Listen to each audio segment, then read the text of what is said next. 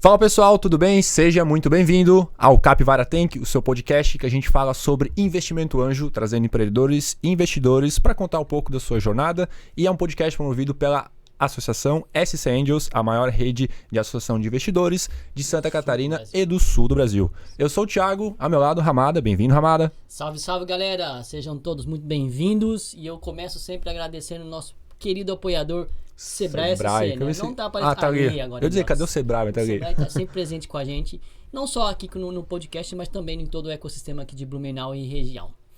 Mas, Thiago, hoje a gente tem uma continuação, eu acho que é uma continuação de um dos episódios. Eu acho que é né? uma continuação, né? Ramada. Hoje a gente...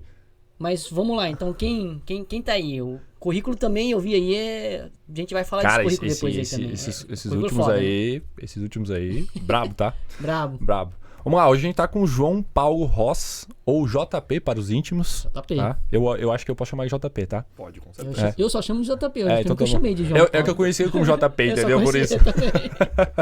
Mas vamos lá, JP está atualmente como Chief Growth Officer da Premier Software, liderando a expansão internacional da empresa. E recentemente ele voltou lá dos States para cá, vai contar essa história aí. E durante os 12 anos de Premier, ele é cofundador e nesse tempo ele fundou 4 startups, atuando como CTO de 3 delas, investidor relations para a última, tendo concluído a venda da mesma para um grupo americano. Ele é formado em sistemas para a internet e pós-graduado em Master of Mobile Technologies. JP, bem-vindo ao Capivara Tank, cara. Muito obrigado, é um prazer estar aqui com vocês. Esse é o meu 8º podcast, 9º podcast, mas a primeira vez desse lado da mesa. Então, é um pouquinho diferente, mas... Isso é legal, hein? É um prazer estar aqui com vocês. E é engraçado, porque eu já tive dos dois lados e é diferente, cara. É diferente. Tu vai ver também. Que é diferente. Uma coisa é você estar conduzindo, a tua preocupação é outra em conduzir e acho que tu vai curtir aqui. E, cara... Ele falou aí que já fundou quantas startups? 1000 startups, é isso? Isso. 1001. 1001. Cara, como assim, cara? 4 startups. É um empreendedor em série, isso? Só quantos anos tu tem agora? Eu tô com 32 anos. Não, pode, quase 32 anos. Eu dava uns 80 pra ele, no mínimo. É que a startup de um ano? Não, mas é uma história bacana, assim, né? Por conta da Premier Software, a gente conhece bastante gente. E durante toda essa jornada a gente conheceu alguns empreendedores que acabaram virando amigos e virando sócios. Então teve lá em 2015, tiveram 2 startups que eu estive junto, nessas 2 atuando como CTO. Uma delas infelizmente acabou morrendo na praia, né? E aí a gente percebe um pouquinho das diferenças dos empreendedores, das pessoas que estão à frente do negócio, como isso impacta realmente o negócio. A gente fala de investimento aqui, então como realmente a seleção do empreendedor, do cara que está à frente, pode fazer o negócio ir para frente, exatamente, ou o negócio morrer na praia. E a outra startup pivotou 7 vezes e está aí no mercado hoje em dia. Eu já saí da startup, não faço mais parte, mas está aí no mercado hoje em dia. E aí nesse meio tempo tiveram outras 2 startups que eu fiz parte, uma fundada com o mesmo sócio e outros 2 amigos também, durante a pandemia, né? Uma ideia que a gente teve lá atrás e chegou na pandemia, vamos botar esse negócio para frente, e aí ele surgiu a Débito Direto. E por último, mais recente, teve o Knowledge, que foi um projeto feito por um funcionário nosso, e aí de repente do nada o negócio começou a explodir, e ele falou, cara, eu sou um programador, eu preciso de uma ajuda aqui para conseguir transformar isso aqui numa startup, num negócio. E ele chamou o Rodrigo para conversar, o Rodrigo me trouxe junto para a mesa, a gente foi conversando com eles, e nessa startup eu fiz o papel de Investor Relations, né? Como a startup cresceu muito rápido, foi um negócio assim de 1 mês, estava com milhões de usuários. Caraca. Foi um... O B2C tem essa magia, né? O B2B tu vai indo de pouquinho em pouquinho. O B2C tu pode fazer e ficar aí eternamente, nunca conseguir nada, ou de repente do nada explodir. E foi um vídeo no TikTok que fez a startup explodir. E em 1 mês, 40 dias, a gente vendeu a startup para um grupo americano. Então, Foi um baita do early exit. Então. Foi gigantesco. Caramba. E fez sentido para os empreendedores, né? Tava eu e o Rodrigo ajudando eles, o Rodrigo na parte de produto e eu na parte de investimento, e os dois mais focados no coding mesmo, né? Na programação. E para eles fez sentido porque eles não tinham muito a visão de longo prazo. Então é difícil, enquanto programador, tu conseguir pensar qual que é o próximo passo, qual que é a próxima estratégia que vai fazer a startup continuar lá, né? Porque é uma questão de momentum. A gente conseguiu um boom, mas se a gente não consegue se manter lá em cima, o negócio cai. Né? Como qualquer negócio, tu não mantém... Ainda mais B2C, né? Exatamente. Se tu não mantém sendo disruptivo, ele vai cair. E aí a gente acabou fazendo a venda, tiveram alguns investidores, Estados Unidos, Israel, conversando com a gente, querendo investir na ideia. E aí surgiu essa ideia, o cara entrou em contato com a gente. Isso era uma terça-feira. Na quarta ele falou, vocês não querem vir para Los Angeles conhecer aqui? Falou, quando? Sexta. Tá bom, vamos. Aí foi eu mais o cara que teve a ideia, né, o idealizador, o Vitor. A gente foi para Los Angeles, chegamos lá no sábado, ficamos sábado, domingo com ele, domingo a gente voltou, segunda a gente voltou para cá, e aí uma semana depois a gente estava negociando a venda da empresa. Então fez bastante sentido. Mas vocês foram para lá para conhecer o possível comprador? Exatamente. Isso? Isso foi quando, JP? Isso foi em fevereiro do ano passado. Caramba, isso não... Você sabia disso? Você escutou isso no mercado? Não, pois por isso que eu tô perguntando. Foi tudo na surdina, isso aí muito rápido mesmo, então. Muito rápido. Foi muito rápido. Tu pode falar o que era? Lógico, o Norit, ele é um aplicativo que permite você deixar desenhos, permitia, né, isso, vamos lá falando o que era na época. Ele permitia você desenhar no teu iPhone, e esse desenho aparecia num widget na tela, na home screen do teu parceiro. Então, teu namorado, tua namorada, esposa, enfim. Tu desenhava ali, aparecia lá, ela desenhava, aparecia aqui. Basicamente era isso. Então, acho que eu vi isso, sim, cara. E era legal porque eu e a Débora a gente usava, minha esposa, e eu tava chegando, por exemplo, em Miami numa viagem, tinha lá um bem-vindo a Miami, não sei o que, pra ver a viagem. Então ela escrevia e tal, fazia desenho. Isso estourou por um TikToker que achou isso e começou a fazer desenho com um parceiro, e aí começou a explodir. E aí hoje a startup ainda existe, só que tem muito mais recursos do que só isso. Hoje você pode botar imagem, enfim, tem uma série de outras questões que você pode colocar ali. E esse projeto começou porque o Vitor era um programador, tinha 19 anos na época, e aí ele tinha algumas ferramentas novas da Apple e ele começou a testar aquilo. Foi um projeto para ele testar. Ele fez isso entre julho e dezembro, e aí dezembro botou na loja e aí tinha 100 pessoas usando, 50, ele estava compartilhando nos fóruns com os amigos. E aí, de repente, aconteceu esse TikTok e ele foi lá pra cima. E aí ele chegou, começou a vir a conta do Firebase, né, do Google, onde tem toda a parte de gestão, de informação. Sim. Começou a vir $10 mil de conta. Ele falou, caramba, não consigo ver isso aqui, não. Né? E aí a primeira coisa que a gente fez foi jogar ads. Cara, não tinha nada de monetização no app. A gente jogou ads. Acho que tava gerando, tipo, $20 mil por dia. Alguma coisa assim. Caraca. Foi um negócio absurdo. Paga $10 mil de infra, tranquilamente, né? Exatamente. Mas foi a primeira coisa que a gente falou, cara, vamos botar ads pra começar a pagar a conta, né? E aí, depois de um mês, a gente fez a venda. A Apple veio entrar em contato com a gente. Foi um monte de gente vindo entrar em contato pra fazer o negócio acontecer. Que massa. E a gente entrou, a gente botou mais programador junto, né? Como Premiere Soft, a gente colocou mais programador junto pra melhorar a qualidade, fazer a versão Android do aplicativo, que não tinha versão Android, era só iOS. Então, foi bem bacana isso. Cara, deixa eu pegar mais detalhes sobre isso, porque é uma situação legal pra passar... Lógico. Pra galera. Vamos só recapitular. Era um Vitor, né? Era um menino que trabalhava com vocês na Premiere. Isso, exatamente. Programador. 19 anos. E 19 anos ele queria aprender... Veio do Entra 21, do programa de academia de vocês? Não, ele já conhecia alguma coisa. Ele era de Balneário, mas ele tava em Blumenau, tinha se mudado pra Blumenau, tava trabalhando presencial no escritório. E aí ele tinha... A Apple, todo mês de junho, ela tem o evento WWDC, né, que ela lança as novas tecnologias. API para desenvolvimento, enfim, tudo que tem de novo ali. E aí ele começou a brincar com aquilo ali. Cara, eu vou pegar meia dúzia de questões aqui e fazer um aplicativozinho. Né? E aí, beleza. Ele desenvolveu, independente do aplicativo, e aí ele teve esse susto, né? De, vou pagar muito, enfim, o que eu faço?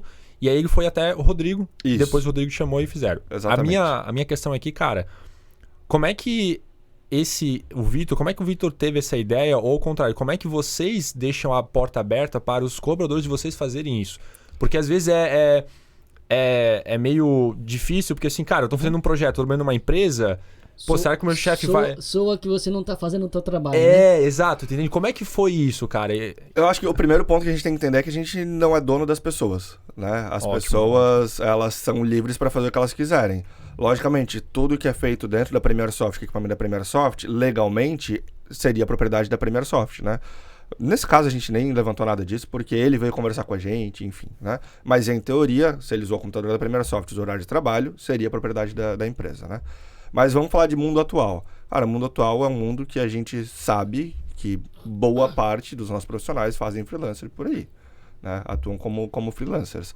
E tá tudo certo, desde que isso não prejudique, primeiro, a saúde dele e segundo, né, a entrega dentro da empresa. Perfeito. Porque se ele sai da empresa às 6 horas da tarde, vai para casa, trabalha das 7 horas até a 1, 2 da manhã, cara, ele não consegue ter, primeiro, uma qualidade de vida e, segundo, ele não consegue ser produtivo nos dois lugares. Dia não vai dar nada. Né? Isso talvez funcione por uma semana. Sim. Né? Agora, isso não é sustentável no longo prazo.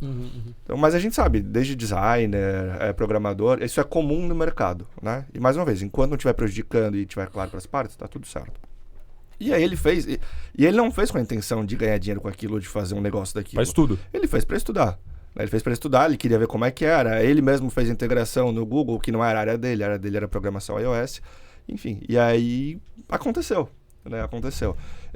O que eu digo é que ele... Como é que é? Ele induziu a sorte a acontecer. Né? Ele teve a sorte de TikToker encontrar o negócio, mas assim, se não tivesse funcionando, se não fosse um produto legal, se ele não tivesse feito, iniciado, a sorte de nada adiantaria. Sim. Né? Então ele meio que fez a sorte acontecer para ele. E hoje ele está morando na Califórnia, continua trabalhando no projeto. Né?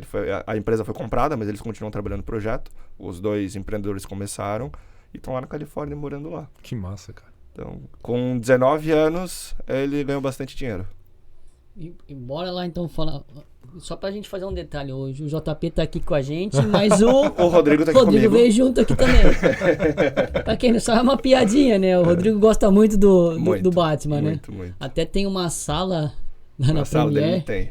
que chama Sala Gotham. Sala Gotham. E na sala dele ele tem o Batman e o Super-Homem. É verdade, eu vi já. E ele já vi ele fantasiado de Batman, assim, então por isso que a gente até pôs o bonequinho aqui pro JP não sentir sozinho. É verdade. Obrigado, Rodrigo. Ainda mais porque é a continuação do papo, né? Exatamente. A gente tava falando continuação do bate-papo, E então por falar nisso, responsa. vamos embora falar assim, já que você terminou falando de Califórnia, né? Vamos falar de como é que foi essa empreitada lá na gringa, lá nos Estados Unidos, JP? Então, a internacionalização da Premier Soft começou em 2021. Né? Em novembro a gente estava já atuando com alguns clientes de fora.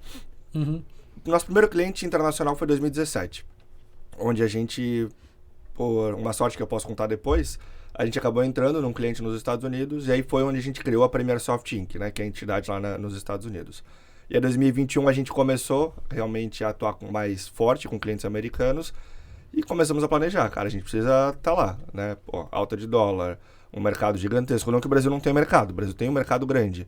Mas é muito mais fácil a gente conseguir vender hoje. Lá, exatamente, né? Muito mais competitivo lá do que aqui. Era mais porque a gente se propõe a fazer. E aí foi 2021, aí pandemia, né? Aí 22. E aí a gente planejou, em agosto do ano passado, a gente planejou a minha ida para os Estados Unidos. Então, vamos para lá. A ideia é estudar, ver se faz sentido, né? Ver se tem realmente, se muda, se impacta. Porque a gente pensa, tem Zoom, tem um monte de ferramenta, a gente está conectado com qualquer lugar do mundo. Mas o presencial não existe, né? Pelo relação, online, né? Esse contato físico. Então a gente planejou e aí janeiro era para eu ir para lá. Tinha uma burocracia com as cachorras. Porque eu fui para os Estados Unidos com 2 Golden Retrievers desse tamanho, cada uma com 30 quilos. São os personagens da Premiere, né? Exatamente. São os nossos mascotes da Premier Soft. E aí tinha toda uma documentação para ser feita para elas poderem ir para lá. Enfim, exame que tinha que mandar para São Paulo, mandar para os Estados Unidos. E a gente acabou postergando de janeiro, foi para fevereiro. E aí dia 4 de fevereiro a gente pousou nos Estados Unidos. E foi sensacional. Eu digo que uma mudança de cultura, autoconhecimento muito forte, porque aqui eu tenho um grupo de amigos, eu tenho grupo segunda, terça, quinta, enfim, você tá fora de casa todo dia, você tá rodeado de pessoas. Chegou lá, era eu, minha esposa e as 2 cachorras. Então a gente tem um escritório lá, mas eu ia pro escritório e ficava sozinho. Porque eu não trabalhar de casa? Cara, eu gosto de ir pro escritório, né? E tem um outro ponto que o nosso escritório lá nos Estados Unidos, ele fica do lado de onde ficou o nosso maior cliente da região. Que era a ideia, né? Fomentar. Foi planejado, foi né? Planejado, Claro, lógico, com certeza. Então, fomos para lá. O primeiro mês foi de ajuste de escritório. Tinha que arrumar, comprar coisa, comprar monitor, enfim, comprar as coisas. A própria casa, né? A gente alugou um Airbnb, mas você sabe que para você morar não é a mesma coisa de para você passar um final de semana. Então, a gente teve que comprar meia dúzia de móveis, enfim, arrumar e tal. E aí, depois do primeiro mês, a gente começou realmente a trabalhar lá. Participação de eventos, que era o objetivo, né? Tanto evento na Califórnia quanto evento na Flórida.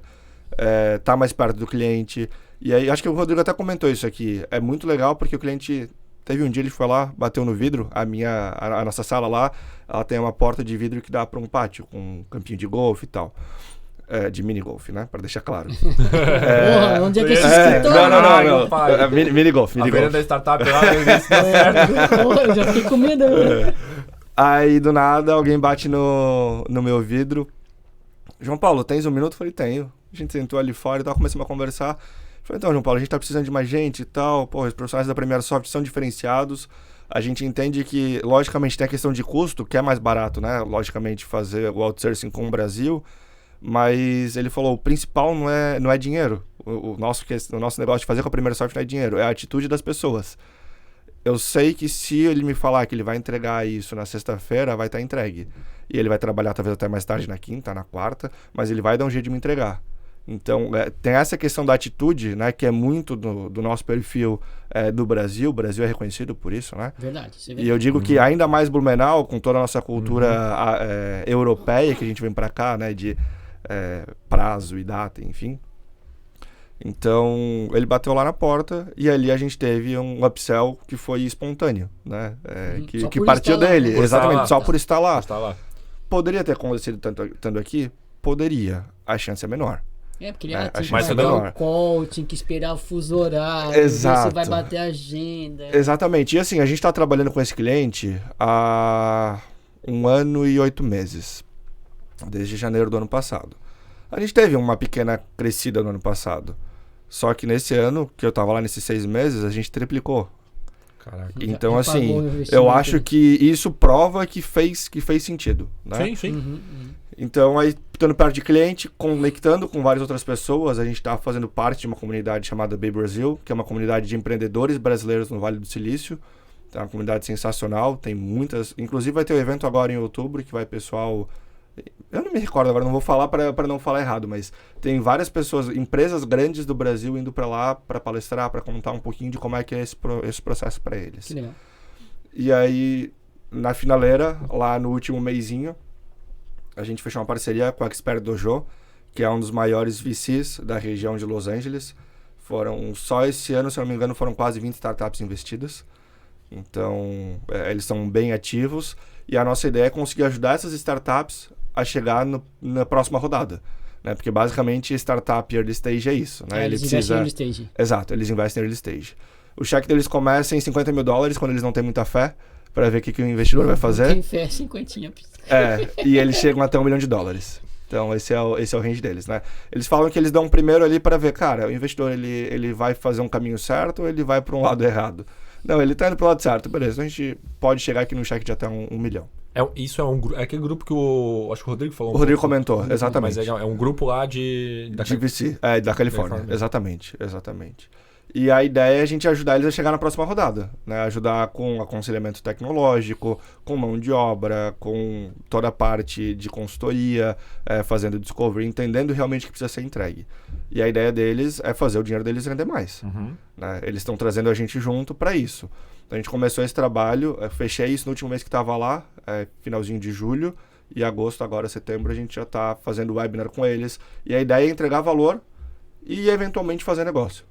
É o que eu comento. Se a gente consegue entregar valor para as pessoas, eventualmente a gente faz negócio se fizer sentido para todo mundo. Mas aí o foco de vocês, né, quando vocês foram para lá, quando você foi para lá, né? O foco era se aproximar desse VC para fazer isso, ou isso aí foi a sorte também que bateu lá? Não, isso foi uma estratégia que a gente desenhou enquanto estava lá. A gente foi para lá... Quando estava lá, Já lá. A gente foi para os Estados Unidos com a estratégia de precisamos nos aproximar dos clientes e participar dos eventos. Ano passado, eu fui 6 vezes para os Estados Unidos. No ano passado, eu devo ter ficado uns 4, 5 meses lá. Pô, e é cansativo. Vai, volta. Tudo bem, é um voo de 9 horas, 10 horas. Não é tão ruim assim. Não, mas, pô, aí deixa a família em casa. Acho que esse que é o ruim, né, cara? 10 horas é cansativo. Exatamente. Dá uma cansada. Pior ainda é quando tem que fazer escala. Aí fica no aeroporto, tomar chá de esperando. O pessoal acha que tá sentado no avião, cara. É cansativo. Desconfortável, é cansativo. É isso mesmo. E aí, então, a ideia era ir lá participar de eventos, né? Estar participando de eventos e estar perto dos clientes para conseguir crescer base e fazer relacionamento, né? A gente entende com 12 anos de Premiere Soft que a nossa venda é muito mais relacionamento do que fazer um anúncio no Instagram, clica, arrasta para cima e compra aqui. Né? Não funciona assim pra gente. E aí lá no meio do caminho, eu conversando com a nossa equipe aqui, a gente tem a Maíse trabalha comigo diretamente no internacional, na nossa equipe comercial aqui. Trocando ideia com ela, falei, Maíse, vamos começar a pensar em VC. Porque se o nosso foco nos Estados Unidos é startup, né, diferente do Brasil, o nosso foco nos Estados Unidos é startup, então vamos ver onde é que a gente consegue encontrar essas startups. Mas vamos, por que startups, não? Por que vocês foram com essa estratégia? Boa, pela facilidade de acesso. A gente entende que é muito mais fácil hoje para a Premiere Soft, uma empresa brasileira que ainda não é conhecida nos Estados Unidos, entrar por startup, do que chegar direto entrando em grandes empresas como é no Brasil. Porque ali questão da confiança e também porque é competitivo, né? Exatamente. A questão do valor ajuda a startup. E se a gente for olhar para o nosso histórico, foi como a gente começou, né, aqui no Brasil. A gente começou no Brasil com projetos para empreendedores. Né? Era empreendedores que tinham uma ideia, o cara fazia isso aqui, a gente ia lá e fazia. Né? E a gente foi criando know-how até conseguir chegar no mercado que a gente está hoje. Exatamente. E justamente essa é a tese que a gente quer provar. Né? O nosso objetivo, o Rodrigo comentou aqui, é estar nos 5 continentes.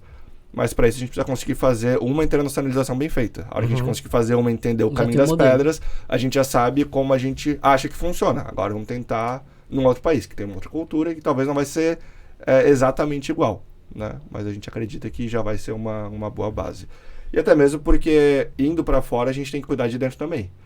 Isso é algo que acontece com muitas empresas que querem internacionalizar. Começa a pensar fora, esquece de dentro, e aí dentro começa a não funcionar mais. Dentro tu diz, inclusive, dentro do Brasil, né? Dentro do Brasil e dentro de casa. Dentro de casa. Né? Dentro do Brasil e dentro de casa. Cuidar não tá só falando dos clientes daqui, né? Mas cuidar da empresa, né? Exatamente. Cuidar da empresa como um todo. E aí nessa conversa com a Maíse, a gente conversou de VC e a gente começou legal. Tem eventos de VCs aqui, são eventos menores, eventos para 20, 30 pessoas. E aí a gente começou, foi para um evento. Aí teve um evento que a gente foi de manhã num evento com um grupo de pessoas, à tarde a gente foi num outro evento e boa parte das pessoas estavam ali também. A gente falou, legal, a gente já sabe quem são os players que estão nos eventos startups aqui. A gente começou a fazer a conexão e conseguimos fechar essa parceria com a Expert Dojo. Então, e a parceria, o que é essa parceria efetivamente, né? Eles nos apresentam, eles nos levam para dentro das startups, eles nos dão espaço, por exemplo, em newsletter deles, e eles organizam webinars para a gente poder trazer conteúdo para as startups. E aí, depois disso, aí a gente faz nosso trabalho bem feito, né? De entregar um bom conteúdo, de entregar valor, e mostrar para eles, olha, além disso aqui, tem todo esse restante que a Premiere Soft pode ajudar vocês. E já deu fruto isso, essa parceria? Eu vou te dizer, a gente está 1 mês e pouquinho. A gente está com 4 leads no pipeline quente. Já fizeram já a primeira conversa. A gente está entendendo agora como é que a gente consegue ajudar eles. E aí, como a gente trabalha com early stage nesse caso, a gente pega desde a pessoa que não tem um CTO, até a pessoa que o CTO já mudou 3 vezes, né? Até o cara que ainda está tentando entender o PMF dele, né? O Product Market Fit. Né? Tentando entender exatamente o que ele vai fazer. E a gente consegue ajudar em todos esses casos. Né? Então a gente está entendendo o que faz mais sentido para cada um deles. Que legal, que massa. Então... Mas quando tu fala em ajudar, porque é o seguinte, quando a gente não tem o PMF definido, eu posso estar ou fazendo discovery para descobrir isso, ou posso, sei lá, ficar desenvolvendo um monte de coisa, testando, gastando dinheiro fazendo. Então vocês têm esse processo do discovery antes de... Perfeito, temos. A gente faz todo o processo de discovery, entrevista com os potenciais clientes, entender o que... E a gente faz isso no Brasil também. Né? A gente fez isso recentemente, faz 1 mês. O cara chegou com uma ideia louca, um projeto erótico. Ele falou, cara, esse aqui que eu preciso para resolver a dor que eu tenho, que é melhorar a qualidade de casamentos, de relacionamentos. E a gente, legal, vamos entender isso. Botamos todo mundo na sala, legal, agora vamos então entrevistar o cliente. Né? O Hamada sabe muito bem, né, esse processo. E a gente foi entrevistar e chegou que no final não era exatamente aquilo que ele queria. A gente mostrou para ele, falou, cara, legal, o que tu quer talvez faça sentido, mas o que o público está pedindo é isso aqui. Né? E aí o projeto agora está sendo desenvolvido em cima disso. Então é o mesmo processo que a gente faz com lá fora. Exatamente. Vai ter demais isso aí, o cara fala, não, uma ideia, aquela famosa frase, uma ideia que ninguém nunca teve. E aí eu volto, quando a gente estava falando lá das startups, né, que eu fui CTO, e eu comentei que o empreendedor ele muda o rumo da startup. A startup que não deu certo foi justamente por isso. Porque o empreendedor chegou falando, eu sei o que eu preciso e eu sei o que o meu público quer. E aí, beleza, vamos fazer. Né? Tá se pagando boa parte da conta aqui, vamos fazer. Só que ele não sabia e ele não queria ser contrariado. A gente falava, cara, talvez não é bem isso. Não, porque me bota aqui no papel da secretária e eu entendo como a secretária trabalha mais ou menos assim. Cara, não é o teu dia a dia. Tu consegue tentar se colocar no lugar dela, mas tu não sabe as dores que ela passa. Né? Então esse que é o importante. Já o outro empreendedor fala, não, vamos entrevistar, vamos tentar, vamos mudar, até chegar no que realmente faz sentido. Então é engraçado ver o perfil de empreendedor muda bastante. Com certeza, o cara vai falar, ele é o cara que apaixonou pela ideia, não pelo Sim, problema. exatamente. Pela ideia. E quando a gente vai fazer Discovery, também chegam uns empreendedores que eles não querem ser contrariados. Eles estão pagando lá para te provar que o que ele tá falando é certo, na verdade. Né? Ele não quer provar a tese e descobrir o que ele tem que fazer. Ele tá te pagando para falar, não, o que tu falou realmente é isso aí. Mas tu acha que não tem um quesito de perfil de orgulho? Sim, ponto, com certeza. Com certeza. Fala mais alto, né? Nesse... Sim. Eu escutei assim, recentemente um lead, não, porque não sei o que. Não, eu entendi a importância do Discovery, mas eu quero partir pro MVP primeiro. Inverter, né? Aí eu falei assim, tipo, cara, a gente... Beleza, mas eu não quero ganhar esse teu dinheiro. Porque você vai se decepcionar comigo. Porque se eu fizer MVP... E vai botar a culpa em ti, né? Sem esse que é o ruim, né? Até mesmo pra eu fazer MVP, eu vou te fazer muitas perguntas e querendo ou não, esse MVP vai ter uma fase ali de perguntar, então vai ficar quase elas por ela. Não, mas não dá pra fazer algo mais rápido com low code? Eu falei, não é sobre fazer, entendeu? É sobre descobrir o que fazer. É sobre descobrir o que fazer. Será que tem que ser feito? Não, mas eu tenho certeza. Aí eu falo, tá bom. Aí tem que chegar pra esse cara e falar, beleza, tem certeza, tens bastante dinheiro? Porque a gente faz o seguinte, a gente vai pro mercado, não vai dar certo, a gente vai mudar. Tá tudo certo. Se tens dinheiro infinito pra estar fazendo, mudando. Eu falo que tem dinheiro pra gastar, porque assim, mas é aquela coisa, eu não fico com a angústia de não entro porque vai ser ruim pra todo mundo. É melhor, cara. Por experiência, né, Ramalho? Vai também. Ser ruim pra todo mundo. Quer fazer, cara? Então, assim, faz. Mas desculpa, mas eu não vou desistir. Teve um caso desse que a gente devolveu o dinheiro pro cara. Ele chegou lá, um desses que falou que tinha certeza e queria pagar pra provar a ideia. A gente provou que a ideia dele não fazia sentido. Ele falou, não, mas não era isso que eu queria. Porque no contrato de vocês vão me entregar isso aqui, não sei o que. A gente falou, cara, quer saber? Aqui, pega teu dinheiro de volta, tá tudo certo. Segue tua vida. Não vai, não tem futuro isso aqui. Esse relacionamento não tem futuro, então... Exato. É isso. Eu já sentia que lá na frente o relacionamento não ia... Porque tava difícil até de entender o processo. Tinha que ser... Era pra fazer do jeito que o empreendedor queria. Eu falei, cara, então... Lá na frente isso vai dar problema. Sim. Então melhor nem casar, né? E é doído isso, né? A gente tava falando isso lá no Startup Summit, né? Sobre demitir cliente. Cara, é difícil tu conseguir ter a maturidade pra demitir o cliente ou falar, cara, isso aqui não é pra mim. Porque chega lá o cara dinheiro, levantando... né? Exatamente. O cara levantando dinheiro na frente. Fala, não, não quero dinheiro. É difícil. Cara, é difícil. Porque minha teoria é assim, se a discussão tá no... A discussão tá, cara, você tem que fazer o que eu tô querendo, ele não tá vendo o valor no meu trabalho. Sim, isso. Entendeu? Exato. Ele tá, como se ele estivesse contratando alguém pra cortar um cabelo. Pra personalizar, né? É algo de comoditizar. Corta como eu quero, é assim. Isso. Mas ia ficar tão legal. Não, é como eu quero. Isso, então é comoditizado, se o teu mindset é comoditizado, então toda discussão lá pra frente vai ser comoditizada. Então ela vai sempre me comparar com banana com maçã e vai falar que tudo igual. Cara, a relação vai ser sempre essa discussão do que a empreendedora acha. Então, melhor não entrarmos nesse mérito. Melhor não fazer esse casamento. Mas, voltando lá pro assunto da Califórnia, eu acho que tem muita empresa que pensa em internacionalizar, né, JP? Então, mas antes de falar de coisa séria, faz aqui pra quebrar um pouco o gelo. Conta aí o que foi mais engraçado nessa internacional. Episódios engraçados aí. Pô, sacanagem, você vai pegar assim de repente. Cara, episódio engraçado. Eu, por exemplo, quando eu fui uma vez, eu fui parado pela aduana. Pela polícia lá. Então, essa barba aí. E a minha esposa ficou assim, ó, cara, e agora? O que eu faço o Thiago ser preso? Não fui preso, tá, gente? Isso é mais dramático do que... Mas eu vou contar essa história, porque aconteceu comigo a mesma coisa. Ah, é? Olha aí, ó.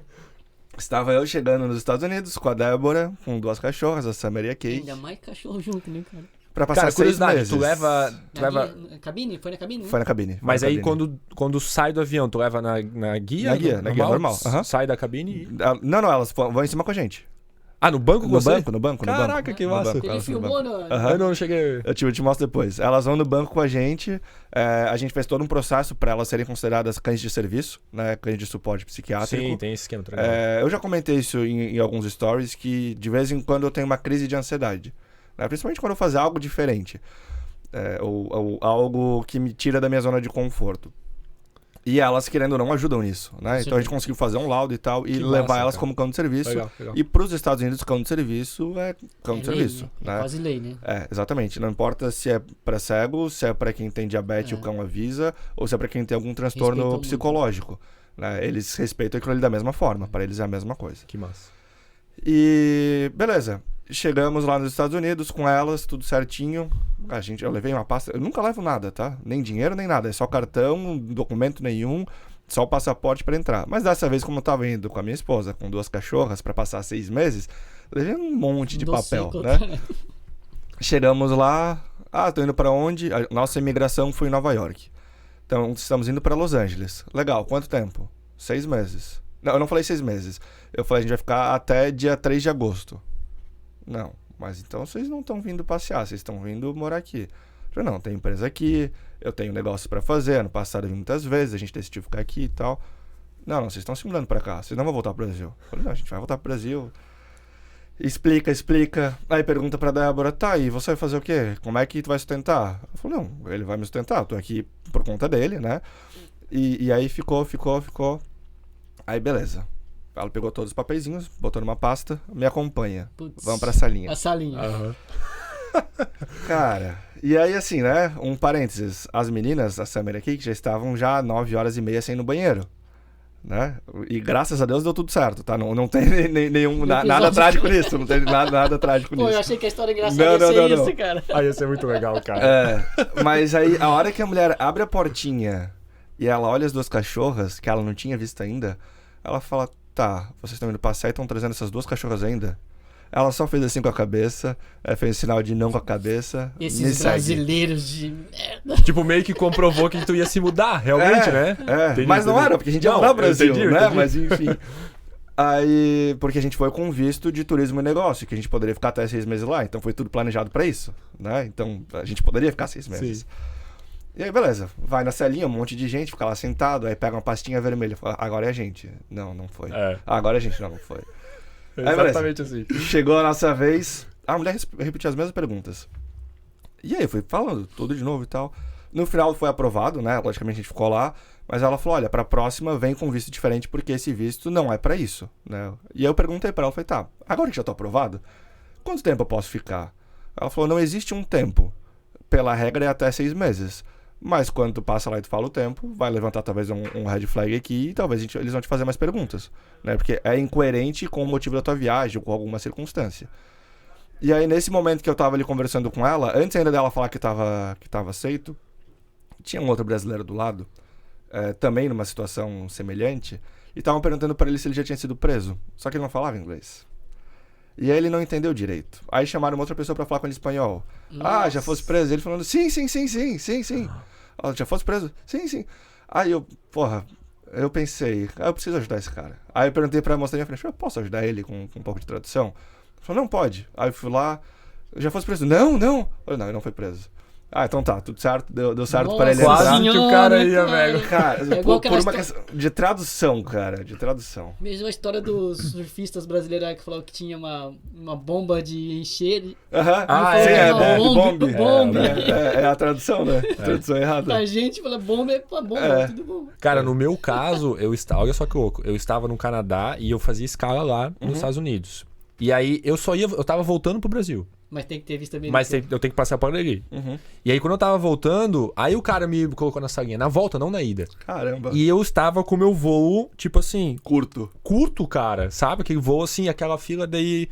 O que eu vou fazer se eu perder o voo? O que eu vou fazer se eu vou preso? Entendeu? Só que aí no fim, faltou 10 minutos pro voo ir, ele me liberou e a Mara, a gente saiu correndo, a mulher fechando a porta e eu voo aqui, que é Brasil e tal, e a gente conseguiu entrar. Mas eu passei por outra pior. E eu era menos experiente. Quando eu tinha 18 anos, 2009, 18 anos, eu fui morar na Áustria. Fui passar 3 meses lá na Áustria. 3 meses lá, foi fazer intercâmbio. Fazer um intercâmbio lá. E aí, beleza, né, porra, novinho. Naquela época não tinha iPhone ainda. Na verdade, já tinha iPhone, mas eu não tinha iPhone. Acho que ia ser lançado o iPhone 4, se eu não me engano. E, enfim, botei minha malinha bonitinha. Minha escala era na Itália. Cheguei na Itália. Eu saí do avião da Itália, já tinha um segurança me esperando. Na hora? Na hora. Já estavam te tinha lá o segurança monitorando? esperando. Aham. Caraca. Senhora, aguarda aqui. Beleza, fiquei esperando. E aí ele meio inglês, meio italiano. Meu inglês na época não era muito bom também. Aí pegou mais uma outra menina. Aguarda aqui. Beleza? Pegou nós dois. Vamos lá. Botou cada um numa salinha. Mas ali é uma... Nos Estados Unidos o pessoal fala salinha. Eu imaginava que era tipo isso aqui. Uma mesa e tal. Mas não, a salinha que eu fui pelo menos nos Estados Unidos era uma sala com 30, 40 cadeiras e espera ali. Exato. Né? Só que daí na frente tá todos os policiais ali. Isso, exatamente, nas cabines. Nas cabines. Lá na Itália não foi assim, foi uma salinha literalmente. Era uma mesa. Caraca. A Mas minha tem mala saída. em cima da mesa. A minha mala despachada que tava no porão, que eu não tinha pegado, em cima da mesa. Ele falou, você tem alguma coisa aqui dentro? Eu falei, não. Tem nada de droga? Eu falei, não. Cara, a minha mala tava toda arrumadinha. A Débora tinha arrumado minha mala com as camisetas e tal. Enfim, pra não chegar nada amassado, né? Ele começou a revirar aquilo, revirar. Eu tinha levado um crucifixo de presente pra um amigo e tal. Ele olhou, desembrulhou o presente, enfim, olhou, tirou tudo da mala, passou a mão ao redor, não tinha nada, né? Logicamente. E aí, beleza. Estava na Itália, né? Não falo italiano. E aí, fechou tudo. Não, tudo certo, fechou. Aí eu falei, tá, eu tenho outro voo agora. Não, vou te ajudar. Eu vou te deixar mais perto. Cara, ele me levou pra um caminho, pra outro caminho. Ele me jogou no meio de um lugar, não tinha a menor ideia onde é que era. E aí eu descobri que eu precisava trocar minha passagem ainda, porque eu tava com a passagem, sei lá, acho que era da TAM e eu precisava trocar pela da Suíça, alguma coisa assim. Cara, eu sei que eu fui correndo, mesma coisa, fechando o portão e tinha que pegar um ônibusinho, né, pra ir pro avião. Cara, aí eu consegui entrar, mas foi apertado, tenso, assim, cara, foi apertado. Eu tive um episódio Isso é quando ruim, eu tava cara. voltando de Bremen, na Alemanha, pro Brasil. Meu voo era 9 da noite. Como eu tinha que fazer check-out no hotel, né? Check-out era 3 da tarde, até no máximo 3 da tarde. Eu falei, vou fazer o quê? Fiquei enrolando um pouco no hotel, pedi táxi, cheguei lá, tipo, 6 horas. E falei, cara, vou esperar aqui fora, na chance de esperar lá fora no hotel, no aeroporto, fazer alguma coisa, mas não tinha nada. Eu falei, cara, era um domingo, eu falei, cacete, o que eu vou fazer? Vou embarcar. Lá dentro, perguntei, lá dentro tem alguma coisa? Tem. Na hora que eu entrei assim, o cara olhou minha passagem, olhou, me acompanha. Eu falei, deu merda, né? Ainda bem que tu foi cedo, né? Não, mas o problema foi que eu fui cedo demais. Ah, por isso? Ah, tu era o primeiro cara? Eu fui cedo demais e ele perguntou, por que você tá aqui tão cedo? Eu falei, Porque eu sou brasileiro e tenho medo de perder o voo. Sei lá, eu tipo falei, isso, fiquei com medo de perder o voo, daí ele... Uma atitude suspeita, entendeu? Sim. Meu, que Me cataram saco, com a minha cara. mala, eu tinha uma mala de mão, me pegaram a mala despachada, entraram lá, puseram esse episódio que você fez, uma sala fechada, pequena, a minha mala, um scanner, pegaram meu passaporte, passaram num scanner de detecção de resíduo, meu passaporte, pegaram o meu casaco. Fala da minha passaram- barba aqui, ó. Vê isso, ó. Olha aí, ó. Foi, tirou da mala, viu as coisas assim, cara. Pente fino, cara. Pente fino. Aí eu perguntei, tá, mas algum procedimento? Não. É porque. Depois o cara falou, porque eu chego cedo demais. Era o primeiro passageiro do voo e não é natural isso. Mas no meu caso ali foi porque eu me chamo Thiago da Silva só. Né? E aí.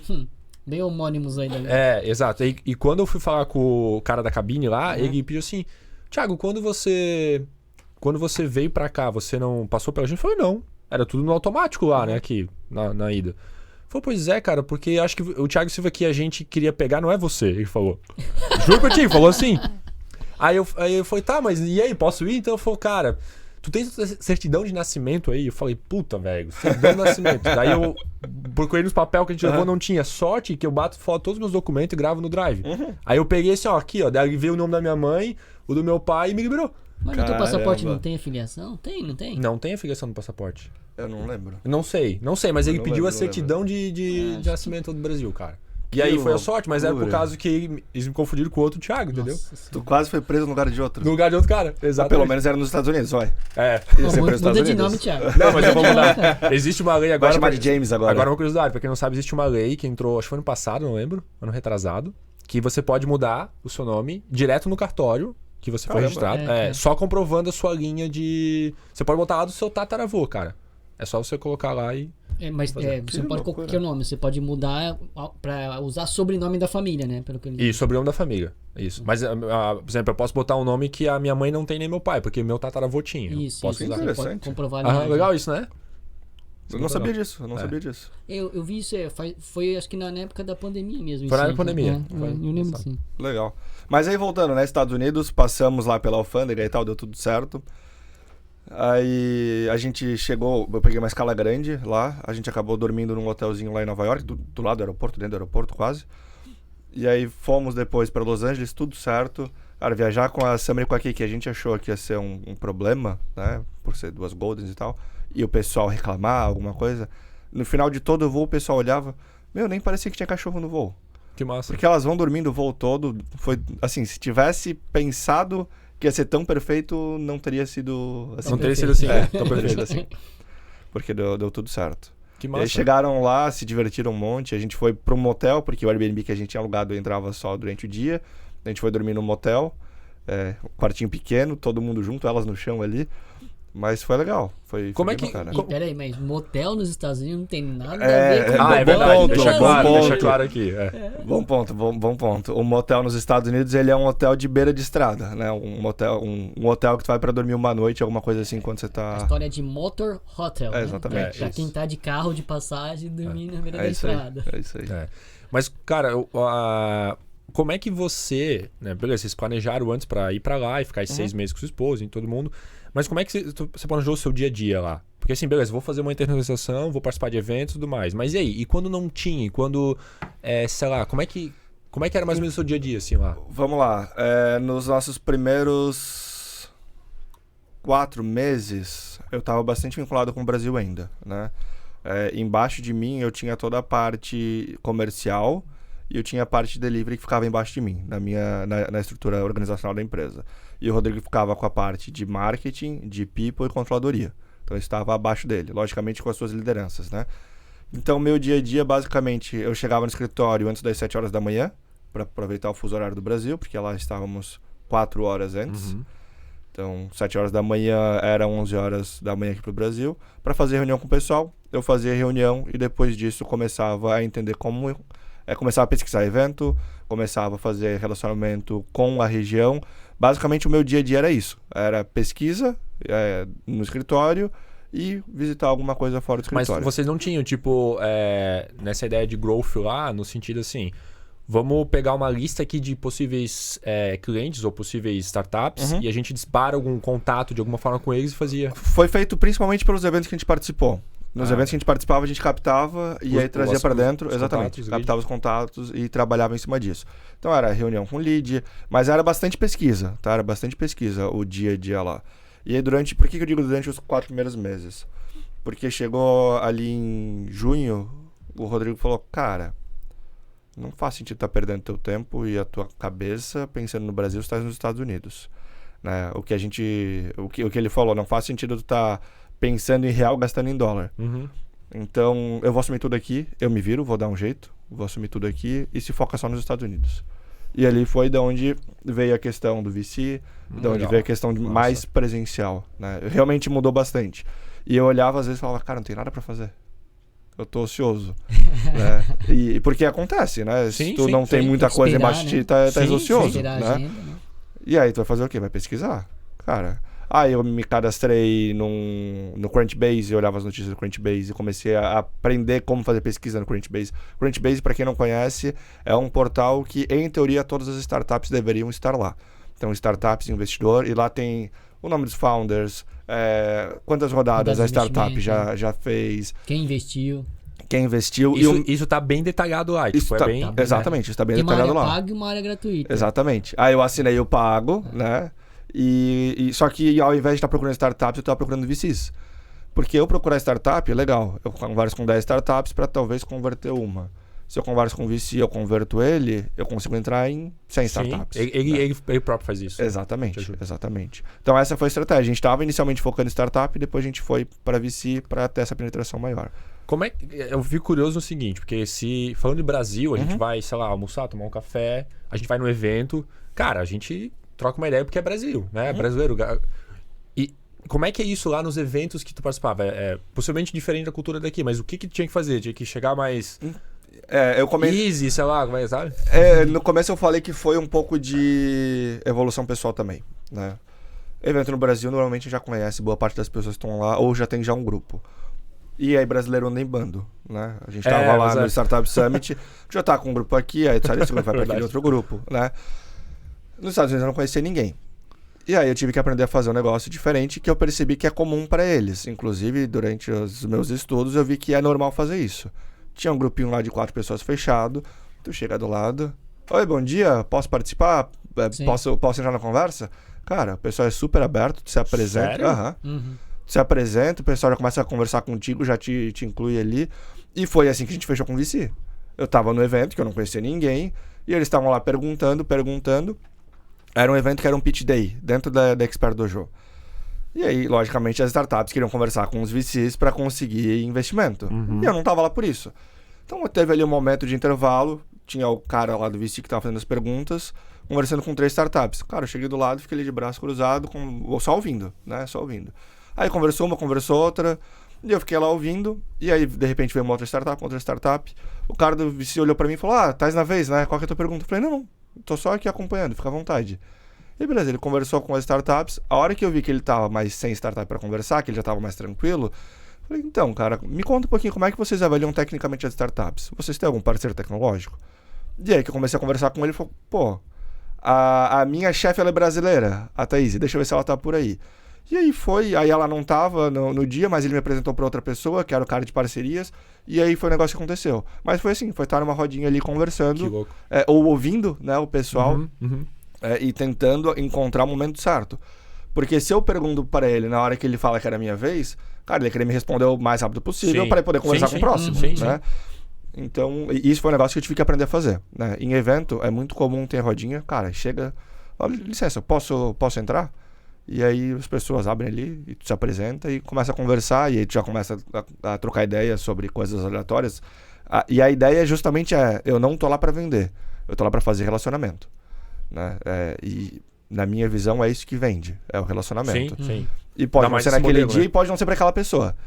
Mas se eu faço um relacionamento bem feito, quando alguém precisar de alguma coisa de tecnologia, ela vai lá, ela vai indicar. Exatamente. Perfeito. Exatamente. Eu participei de um evento, eu não lembro, vou lembrar qual agora, na qual tinha uma americana falando e falava um pouco sobre os ecossistemas, posições do país. E um ponto que ela levantou foi isso. O brasileiro precisa aprender a fazer network. Precisa aprender, né? Precisa aprender. Também acho. Ele falou assim, e ela contou uma história muito parecida, que é muito comum lá fora você chegar e você entrar na roda assim e pedir para participar. Aqui, ela fala assim, eu não consigo ver isso. As pessoas ficam sempre, tipo, com receio, né? E eu acho que nós também, como quem tá na rodinha, não percebe isso muito bem.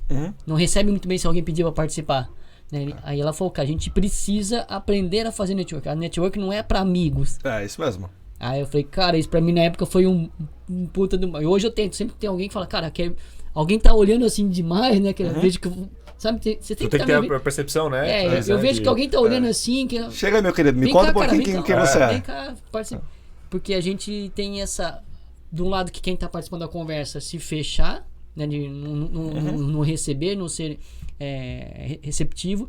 E do lado da outra pessoa ficar com vergonha de pedir para participar, cara. Então a gente precisa muito... Bom ponto. Nesses eventos que tu foi, cara, teve... eu sei que foi focado nesse modelo de vender para os Estados Unidos, alguém foi falar, mas teve pessoas de fora, de outros países, assim, que tu, sei lá, Sim. Esse é um ponto legal. É muito mais fácil pra gente, enquanto brasileiro, fazer networking com outros imigrantes dos Estados Unidos do que com o próprio americano. Porque tem uma série de assuntos pra conversar com o cara sem esse trabalho. Cara, como é que foi a tua vinda pra cá? Tá morando aonde? Como é que foi deixar tudo pra trás? Tens voltado pra lá? Então tem uma série de assuntos em comum. Aí quando tu fala de um assunto em comum, é muito mais fácil pra ti conseguir continuar uma conversa, né? Então é muito mais fácil conversar com outros imigrantes. E sim, conversei com várias pessoas. Desde pessoas da Alemanha, da Inglaterra, Romênia, dos mais diversos tipos de... Bem legal. E a gente conversou também, eu conversei também bastante com brasileiros. Então, sou brasileiro, estava lá na comunidade B Brasil, que são de empreendedores brasileiros, só que a comunidade em si era mais focada no Vale do Silício. E eu estava em Los Angeles, que fica um pouquinho para baixo. Porém, tinha algumas pessoas lá. E aí a Margarise, que é a pessoa responsável por essa comunidade, ela me apresentou num e-mail, João Paulo, tem algumas pessoas que é legal tu conhecer. E me compartilhou lá o contato de umas 4 pessoas. E aí eu conversei com um, conversei com outro. Cara, um dos caras que eu tava conversando, ele é o diretor de compras da Rivian.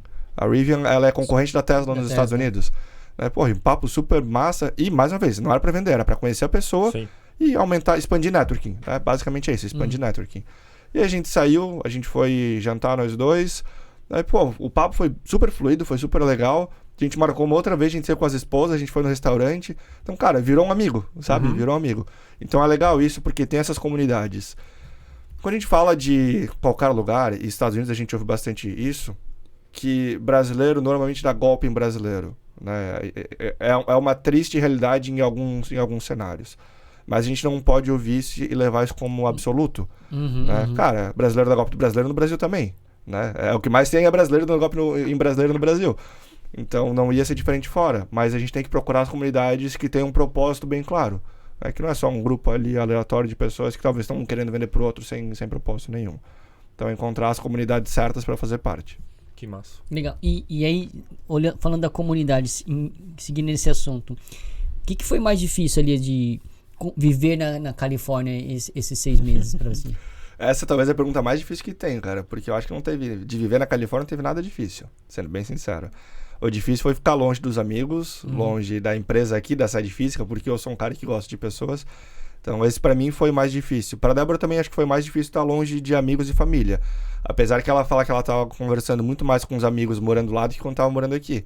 Porque ela passava o dia todo no telefone. Tinha mais tempo, né? Exatamente. Mas assim, a Califórnia é um estado gigantesco. Na Califórnia você tem do mar pra montanha pra neve. É grande. Então tu consegue ver neve e tu consegue ir pro lago pra aproveitar o verão também no lago.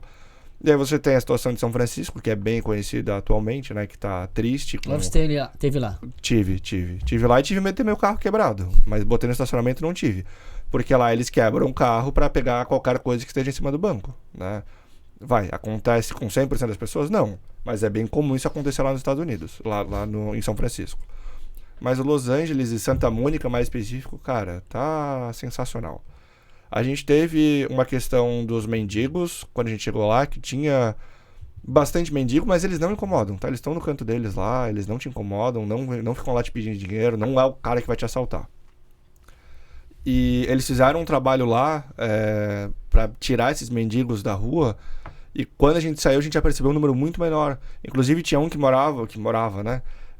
Num prédio do lado da nossa casa, ele ia lá à noite, cara, o cara super bem vestido, olhando para ele no dia a dia, não achava que ele era um homeless, né, um mendigo.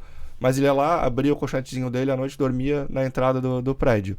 E esse cara parou de estar lá. Ele tava lá, ficou, sei lá, uns 2 meses lá, de repente ele sumiu. E a gente percebeu que os mendigos começaram a sair da região.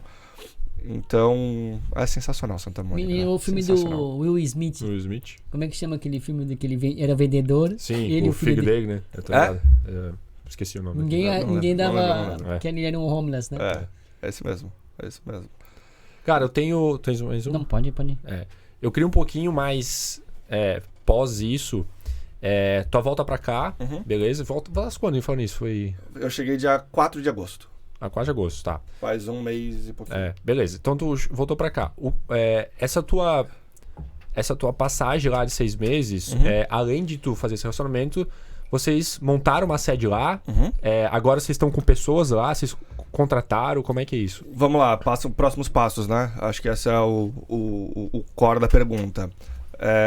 Eu vou voltar pra lá. A gente tá aguardando uma aprovação do visto americano, né? A mulher já falou pra mim não entrar com esse visto porque não vai ser beleza, já aprendi a lição. Já aprendeu. Aprendi a lição. Então a gente tá aguardando a aprovação dos Estados Unidos pra gente poder ficar até 3 anos lá sem voltar.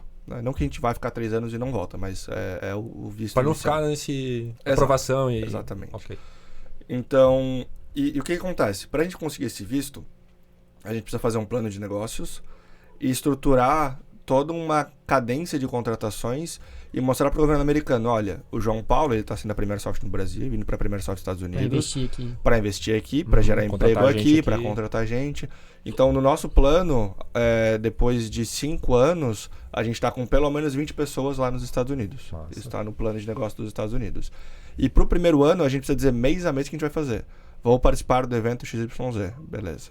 vou contratar tal pessoa, vou mudar de escritório, vou fazer treinamento, vou mudar... Mês a mês tem que botar detalhadamente o que vai ser feito. Primeiro ano. Do primeiro ano, né? Então, eu fui com a ideia para lá de já contratar profissionais. Só que o nosso advogado, ele falou, João Paulo, espera, porque o que tu fizer antes não vai contar para isso aqui. Né? E como deve sair agora em setembro ou comecinho de outubro, então a ideia sim é ter uma equipe trabalhando lá. Passa a contar a partir de agora. Exatamente. Tanto que o mês 1 não é 1º de janeiro de 2024, é o mês 1 depois da aprovação do visto. Então o visto foi aprovado e começou a contar. E depois de... Sério? Aham. Cara, e como que você sabe quando eles vão aprovar? Eles têm um SLA lá? Então, eles dizem que é 15 dias úteis depois do mandar toda a documentação. Que a gente está fazendo documentação desde maio, de tanta documentação que é. Caramba. É documento daqui, documento de lá, e tem que fazer plano de negócio, tem toda uma defesa que tem que ser feita, enfim, é uma burocracia bem grande. Mas o prazo é relativamente rápido. Existe um prazo normal, que é até 3 meses, e aí tu pode pagar uma taxa extra, que o processo é agilizado para 15 dias. Parece no Brasil, cara. Acho que é tudo igual esses mundos aí, velho.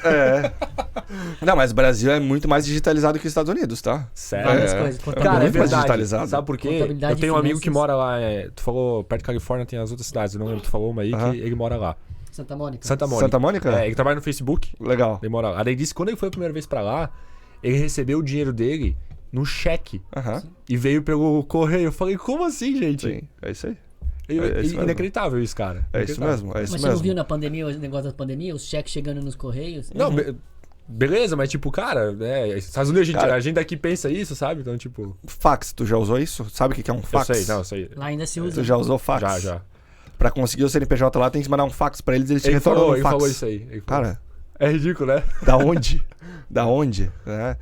Então, a gente tá muito mais avançado tecnologicamente. É engraçado falar isso, mas muito mais avançado tecnologicamente do que lá nesse parte de nesse contabilidade, imposto de renda, transações financeiras, a gente também mais à frente. A contabilidade me perguntou, ô João Paulo, me confirma se vocês receberam um cheque do reembolso da Receita Federal no endereço de vocês. Eu falei, não recebemos ainda. Ele falou, não, então fica de olho porque vocês vão receber um cheque de reembolso. Então, cara, eles mandam um cheque e tem que ficar esperando o cheque para depositar. Para aí declarar que... É uma loucura. É uma loucura. Louco, né? A gente é muito louco. Mas eles estão querendo evoluir. Só que lá, como os 50 estados eles são muito independentes, tem estado que já tem, por exemplo, a CNH digital e tem estado que ainda não. Uhum. É muito é verdade, estadual. porque é independente. Não, Da votação, enfim, as coisas. Sim. Cara, e aí, beleza. Aí, desculpa, mas só pra responder a tua pergunta. Então, a ideia é voltar para lá em janeiro, para passar algum tempo. Essa é a ideia, a gente não sabe quanto tempo ainda. A gente pensou em vender a casa aqui, não sabe se vende, se não vende, porque um outro ponto eu tinha acabado de construir minha casa. Eu morei na casa nova por 45 dias. Caraca. Né? Tá cheirando novo ainda. É bom de vender, tá? É novinha? E eu não tinha acabado, eu tinha abandonado a obra. Chegou dia 15 de dezembro, eu falei, pessoal, pode ir embora, deixa assim, porque eu tenho que aproveitar a casa um pouquinho antes de eu ir viajar. Quando eu for viajar, vocês voltam pra continuar a casa. Entendi. Né? Tinha algumas coisas ainda pra fazer. Então, e a ideia é essa, é voltar para lá e aí sim contratar as pessoas, contratar os profissionais. O foco inicial é comercial, né? É contratar a equipe comercial lá, contratar a equipe, toda a equipe de suporte, né? Comercial, o que a gente chama de account manager, que é o cara que cuida do relacionamento entre o cliente e os profissionais que trabalham naquele cliente. Então toda essa equipe até chegar lá no 3º ou 4º ano que a gente está começando a levar financeiro para lá também. Alguém de finanças para cuidar do financeiro lá. Porque hoje o financeiro é cuidado pelo Brasil. Então, cara, uma curiosidade, se tu puder abrir, mas assim, quando a gente fala nesse modelo, vocês estão fazendo investimento. Né? Até a tua ida para lá, né? Tudo investimento que você tem fazendo. Isso vocês estão contando com cotação de dólar ou vocês já estão com uma estratégia tipo começar a tirar dinheiro de lá, mesmo das vendas que é feita de lá, sabe? Então, o que a gente fez durante o ano passado, todo o dinheiro que entrava lá ficava lá. A operação de lá ela tinha 100% de lucro. E todo o custo da operação, todo o custo, por exemplo, dos profissionais que estão trabalhando para lá, era pago pela Premier Soft Brasil. Isso até hoje é assim, o custo dos profissionais é pago pela Premier Soft Brasil. Então, quando a gente chegou lá, a gente já tinha um bom caixa para manter esse investimento. E a gente usou esse caixa para isso. A gente usou esse caixa... Não precisou fazer o já... câmbio, nada, não, já tinha isso lá. Não. Show. Não. Até por conta da obra que a gente fez aqui, a gente chegou a trazer parte do dinheiro de lá para cá. Né? Mas a ideia é que o dinheiro de lá fique lá para fomentar o crescimento na operação americana. Mas a ideia então é que obviamente você tem que tentar tirar o maior proveito daqui do Brasil por causa da uma vantagem financeira. Exato. De vir, né? Até pelo o custo aqui ser mais barato e também pela Premier exportar, ela tem uma vantagem fiscal, né? Sim, então, perfeito. Mas obviamente passa por... Eu falo isso porque quando eu fiz projeto, por exemplo, no México, eu percebi que não adianta eu fazer projeto no México com brasileiro. O México não gosta do e não respeita brasileiro. É Sério? ou americano ou é mexicano. Assim, por potência, sabe? Aquelas Sim, coisas sim, tipo... sim. O que tá falando aí, seu brasileiro? Sim. Falam isso, mas você vê na cara deles, tá ligado? O brasileiro é Amazônia, samba e carnaval. Eles se acham Estados Unidos, México e o resto. Uhum. É assim que eles acham. E eu sei que no americano tem alguns estados que você vai se deparar com isso. Quem que é tu, seu brasileiro, né? Então, quando você falou do account manager, eu falei, beleza, então esse cara deve ser o... Exato. Ele é de lá mesmo, né? O meio campo, mas tem que ser um cara bem aculturado lá, porque essa é uma barreira... Perfeito. Violenta. O account manager perfeito pra gente ter nos Estados Unidos provavelmente é um americano filho de brasileiros que foi criado nos Estados Unidos. Então é um cara que tem... Pra tentar aliar as culturas. Exato. É um cara que mas aí tu não restringe muito achar esse cara lá dentro? Sim. Sim e não, né? Porque tem bastante. Tem bastante, né? Verdade. Tem bastante migração. Se for pra Flórida, ele também vai achar um monte ali. Então. Mas também a gente não precisa de muitos, né? A gente vai ter 2, 3, 4 account managers, né? Então, lógico, isso vai depender. Nos Estados Unidos. E porque esse cara, ele é o relacionamento só, ele não é o cara que faz a venda, né? Ele é o cara que tá cuidando da conta para garantir satisfação, tanto do profissional quanto do cliente. Então, por que esse cara é filho de brasileiros? Porque é um cara que ele já tem português de casa, normalmente, ele conhece um pouco da cultura do Brasil e ele conhece muito da cultura americana. Eu percebi isso no evento que eu tive em abril, que um dos parceiros que estavam lá, das outras empresas que estavam lá expondo, ele tinha um amigo que ele era filho de brasileiros e era americano. Cara, o cara sabia todos os trejeitos americanos, sabia... Entendi. E aí, vamos lá, desde esporte, né, até os hobbies normais. Por exemplo, tinha uma menina na mesa, a gente estava tomando café da manhã junto, porque tem bastante disso também para networking. E a menina estava grávida, ela falou que estava grávida. A pergunta dele foi, já sabe qual que vai ser o esporte da criança? Caraca. Cara, quando é que tu perguntaria isso pra alguém no Brasil? Nunca. Mas é muito comum pros Estados Unidos, como lá eles têm essa questão do esporte, da bolsa e tal, muito forte. Ele já perguntou, ela falou, a gente tá querendo que ele vá pro futebol, alguma coisa assim, pro futebol americano, né? Então, e a criança nem tinha nascido ainda, mas já tinha um planejamento na cabeça dos pais de para onde eles queriam que a criança fosse. Meu, tu nunca ia saber isso, cara. Verdade, cara. Como é que tu ia perguntar? E eu, putz, que pergunta é essa? Né? E eu depois, faz sentido, cara, faz sentido. Então é o tipo de coisa que é legal tu ter a pessoa da cultura.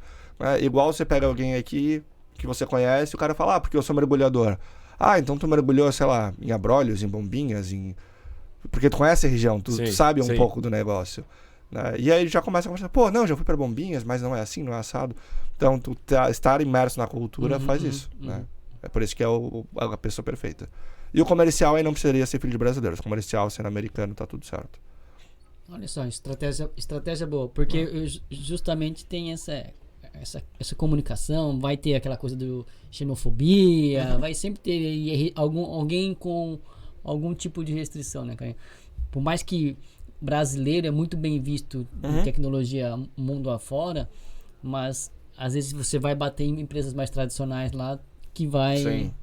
Se bem que o alvo de vocês também é startup, né? Os startupeiros não estão mais open mind, e eles estão muito acostumados a trabalhar com Índia, por exemplo, com Ucrânia. São países que fazem muita terceirização para os Estados Unidos. Então eles já estão acostumados com trabalhar. Se for bater de frente com Índia, você vai ganhar, né, cara? Porque com Índia, trabalho com a Índia. Com preço não, tá? Com preço não. Cara. Mas a gente traz qualidade, logicamente não dá para generalizar, né? Não é todo mundo no Brasil que é bom e não é todo mundo na Índia que é ruim.